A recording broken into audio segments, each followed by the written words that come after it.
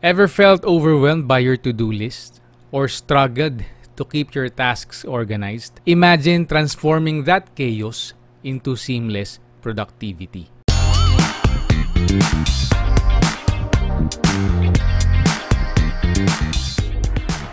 Hey everyone, Carlos Ubaldo here, and I've been doing digital marketing for more than 10 years. And I'm also a passionate productivity enthusiast. Over the years, I've explored numerous project management tools. We can go back old school to tools such as Asana or Trello, and even to new school tools such as Notion. But for me, Taskade has outshined them all. So what is Taskade? It's a versatile tool available on the web and mobile apps. So whether ikaw ay nagtatrabaho sa iyong laptop, PC, or even on the go, Taskade can keep your tasks accessible and organized. It's also very intuitive.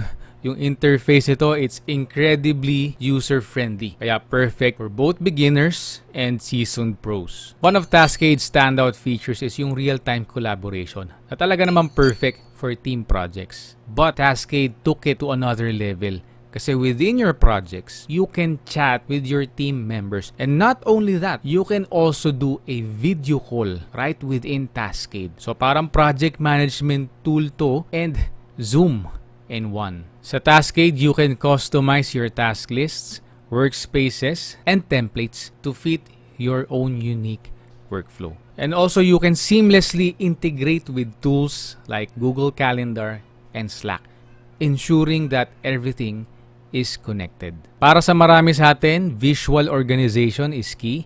Kaya naman Taskade offers boards, lists, and even mind maps for a tailored experience. Discovering Taskade was truly a turning point for me. From managing client projects to planning personal tasks, Taskade's efficiency has boosted my productivity tremendously. Comparing Taskade to other tools like Trello, Asana, or Notion, it holds a unique edge with its simplicity and flexibility. And mamaya sa video na ito, ipapakita ko sa inyo yung isa sa pinakamalupit at paborito kong feature ng Taskade na talaga namang wala sa ibang project management tools. And this feature actually helps me become more productive and efficient sa mga tasks na ginagawa ko. Okay, so right now, pakita ko sa inyo yung favorite feature ko dito sa Taskade. So yun yung tinatawag na AI agents. So if you go to AI agents and then try nating i-edit to. As you can see, I have multiple AI agents in here. And dito, meron tayong general instructions. So this acts like yung persona mo. If you are familiar with prompting, you know, merong tone, merong expertise, act as an SEO writer, for example, with a friendly and engaging voice tone. Dito nilalagay yan. And from here, meron din tayong commands. Dito na ilalagay din yung mga individual prompts na highly customizable. If you want to edit this and make it more personalized, so dito mo siya gagawin. So lahat dito, even this main general prompt or instructions is customizable. And isa pa sa napakagandang feature dito is sa knowledge base. If we go here, you can add website links. You can add a YouTube link, a YouTube video. You can add media. Pwede kang mag-connect ng Google Drive mo, OneDrive, Dropbox. So lahat ng mga knowledge base mo dyan, lahat ng mga documents, pwede mong i-upload sa kanya to train the AI agent. Okay, so ano ba yung pinaka-use case nito, no? Yung isa, sa paborito ko rin gamitin na use case is yung automation. So if we go to automations right here, kung makikita nyo, nakasetup yung automations ko. Ayan. At papakita ko sa inyo kung paano yan nangyayari. So punta tayo dito sa YouTube topic ideas. And then let's say, ito, piliin natin tong topic na to. Once ma-assign siya, mag-i-start o magti-trigger yung automation natin. So gawin natin yan and then balik tayo sa automation. Tignan natin yung runs. And as you can see yan, nagpa-progress siya right now at 14%. Let's go back to manage. So once, ito yung trigger, no? Once ma-assign yung task, mag-run yung agent command. Magre-research siya ng topic, mag-scrape siya or all over the web. Maghanap siya nung related dun sa topic mo. Tapos mag-create siya ng outline, script outline. Tapos magsusulat siya based dun sa outline at saka dun sa topic research. And then ayusin yung script for video production. Meaning, andun na yung script, Andun yung instructions para sa video editor. Tapos, magke-create siya ngayon ng project. So, this will be a new project kung saan dun niya ilalagay, isasalpak lahat ng mga ginawa niya dito, lahat ng output niya. Tapos, mag-a-add siya ng task para we can see the task dun sa video editing taskboard na pwede nating i-assign sa video editor. So, yan. Nag-pop up na to. Ibig sabihin, tapos na siya. Let's see the runs. It should be 100%. Ayun, 100% na. If we go here, we can actually click on here. Or we can go back dito. So, ito na. Ito na yung output niya. Ayun. So, yan. Ito na yung pinaka-output niya sa taas for video production. Andyan yung visual cue, audio cue, andyan yung script.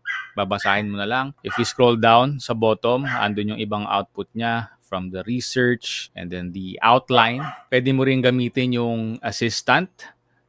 So, ito. If we click this button right here, andyan yung mga assistant like yung mga basic stuff na default sa kanya. Pwede ka maggawa ng outline, fix grammar and spelling, expand, rewrite. Another thing na sobrang paborito ko dito is pwede kayong mag-video call and chat right within Taskade. Hindi mo na kailangan gumamit ng Zoom. Let me show you kung paano yan. So dito, you can see meron tayong team chat feature.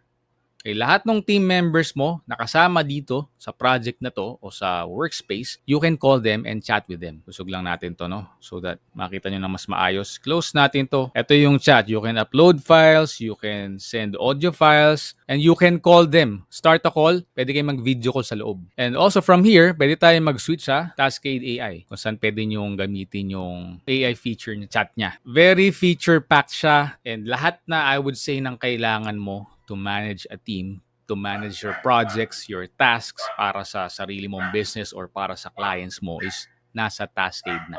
And combined with the AI agents and also yung automations, talagang super killer project management tool. And meron pang ibang features na like AI teams, no? So you are stacking yung AI agents, bubuo ka ng team. So essentially, that's how it works. I'll probably release a more in-depth and step-by-step tutorial sa mga iba't ibang features ng Taskade soon. So, abangan nyo yun. Kasi sobrang impressed ako sa tool na to. So, we definitely need to do that. And to wrap up, Taskade right now is my go-to project management tools. And marami na rin akong ibang nasubukan na project management tools. Andyan sila Asana, Slack, Trello, Notion. Pero pagdating sa features, sa customization, sa ease of use, and lalo na yung AI automation and AI agents, talagang Taskade for me is my go-to ngayon, no? And I highly recommend to give it a try. See how it helps you sa mga tasks and projects mo. And share your thoughts below about Taskade.